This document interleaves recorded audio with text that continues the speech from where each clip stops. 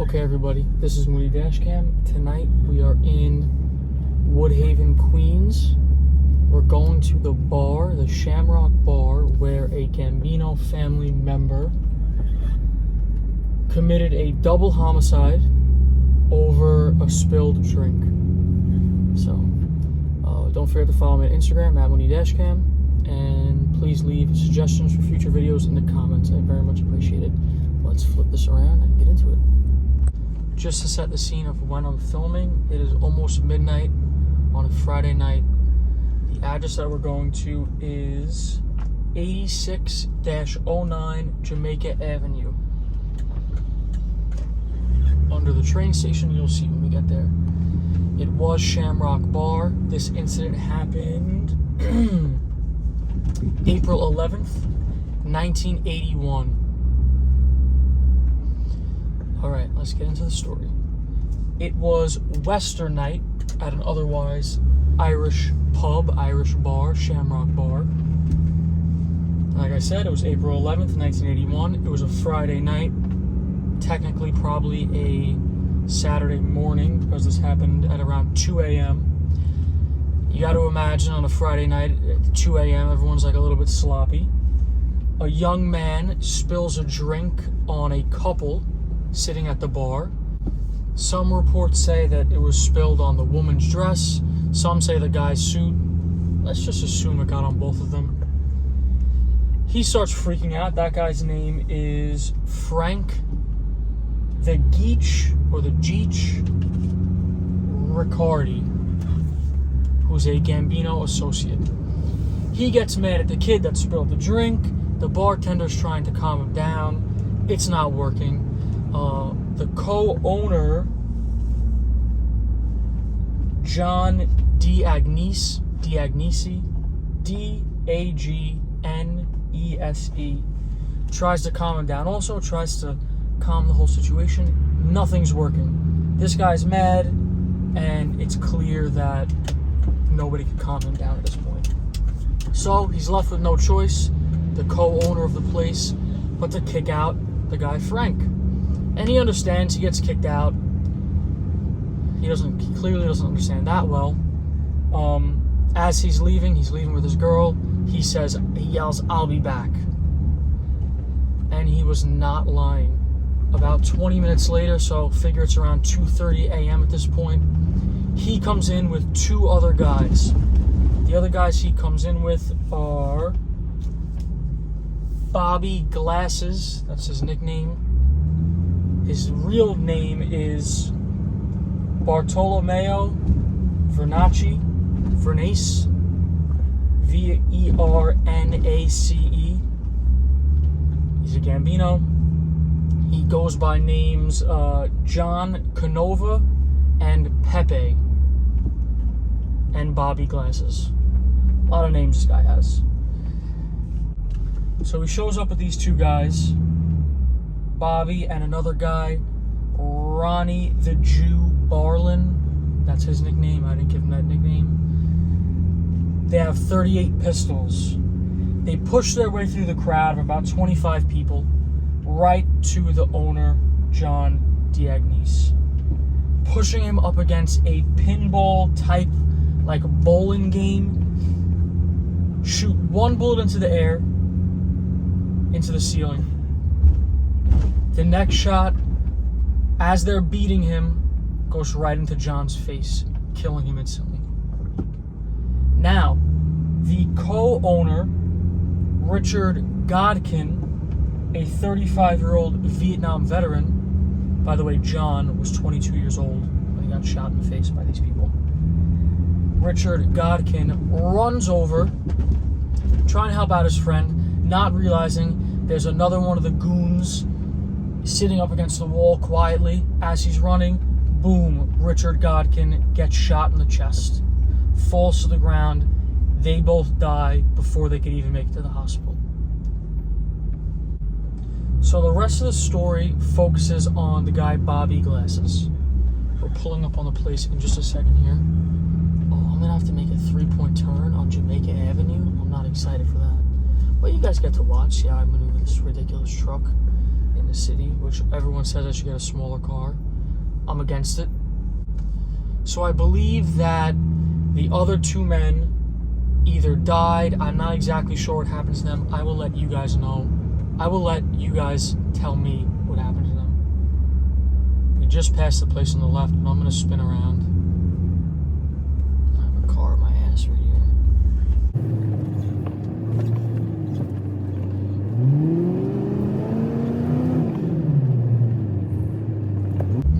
How nice of this man.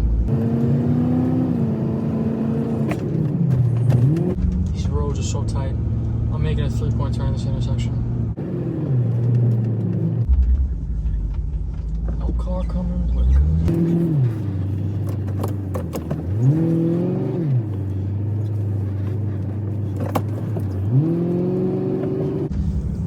Between my tints and the light that I use to light up the cabin while I'm in here recording to read my notebook, I can't see almost anything out the windows. I'm a danger to society in this truck late at night. And it's also late. I'm tired, guys. I'm tired. I'm not built for this. Continuing on with the story. Bobby goes into hiding a couple weeks later after the shooting. You know what? I'm going to double park here because I just have to. I just have to. Right by the construction. People will think I'm a construction guy. Seriously? These guys are hanging out here? Alright. Seems like I'll interact.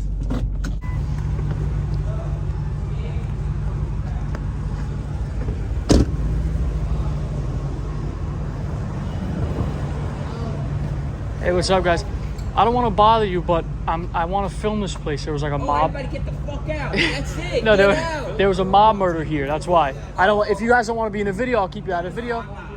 No problem. No, it's not TV. Don't worry about that. Yeah, okay. A long time ago?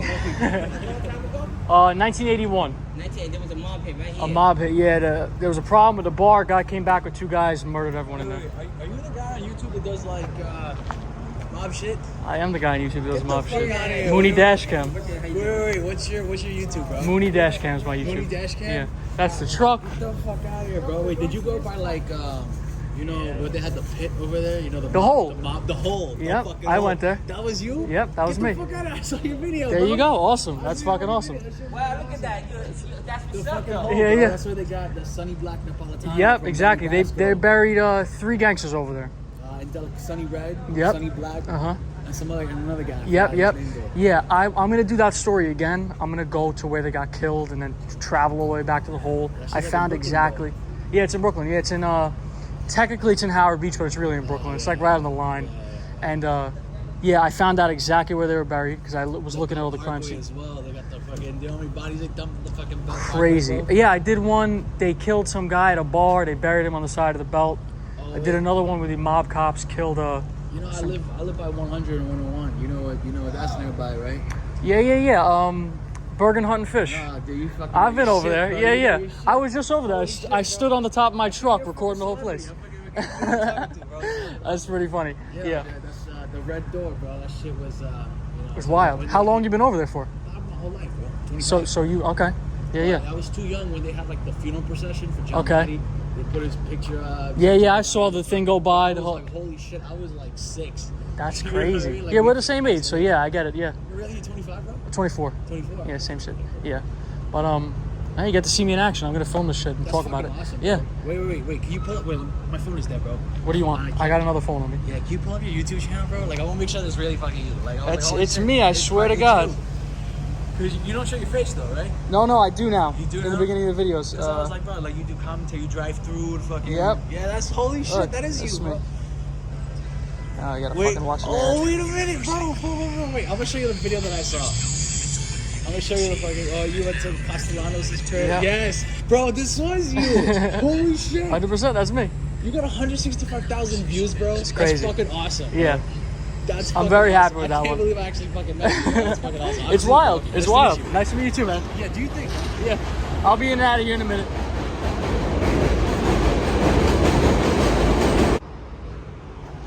Okay, you guys just heard all that. That's what happens now, I guess. I get recognized. There's a truck. Say hi, please. Don't disrespect my truck. All right, as I was saying, Bobby goes into hiding a couple weeks after all this goes down, comes back, reemerges a couple years later, and is heavily involved with the Gambinos. This right here, 8609, is the Shamrock Bar where this all went down. They got me on camera. My video gets more views. Okay. So yeah, now it is a nail salon. It was open before when I went by, but it's midnight. I don't expect them to be open anymore. I couldn't find any pictures of the front of this place. There's one picture of bodies being taken out, but you don't really get to see the front of the building.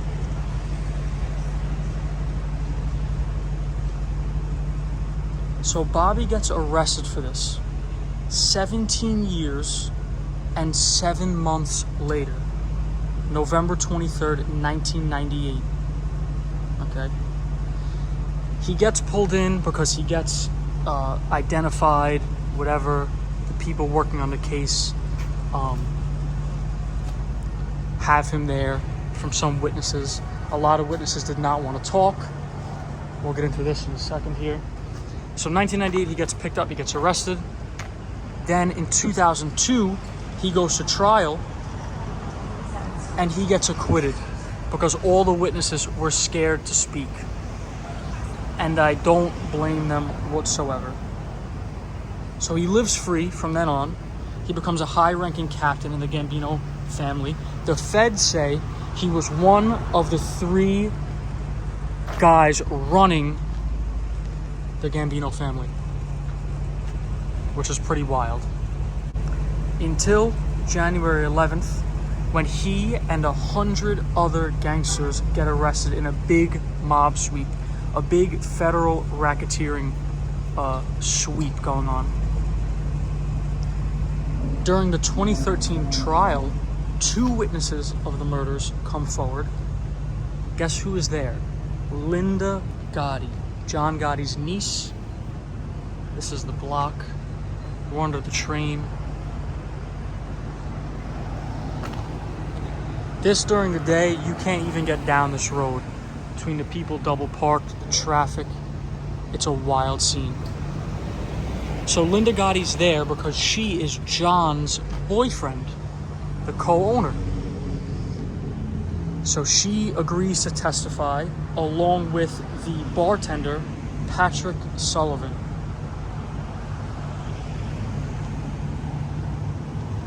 Let's get back in the truck. We'll finish up the story inside the truck. So the 2 witnesses come forward. I believe the bartender, when he testified, they asked him why he lied and said that he didn't know who did it. And he said, in quotes, 2 men were dead over a spilled drink. I think that was reason enough to be afraid. I totally understand. You can't blame the guy at all.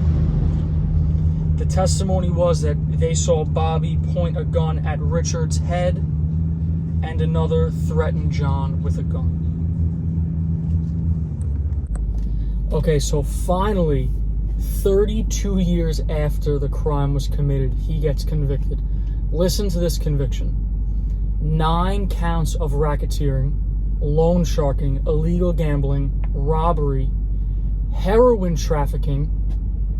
What do we got going on behind me? Heroin trafficking and the double homicide. He got life with no parole plus 10 years. You hear the train going over? Wow, we got some bumps. Crime doesn't pay, people. Now, I don't know how much of the interaction I'm going to put into the video because the guy didn't want to be on camera, but the guy I've seen on my videos. There was a couple people sitting in front of what was the bar, and I spoke to them. I said, do you guys mind if I film? Because I don't just film people without asking. Even though you can, it just seems rude. And he's like, you the guy that did the video on the pit? I said, yeah, the whole... Pretty interesting now that people recognize me. It's kind of weird for me. But here we are. This is the life I live. Hope you guys enjoyed. See you in the next one. Goodbye.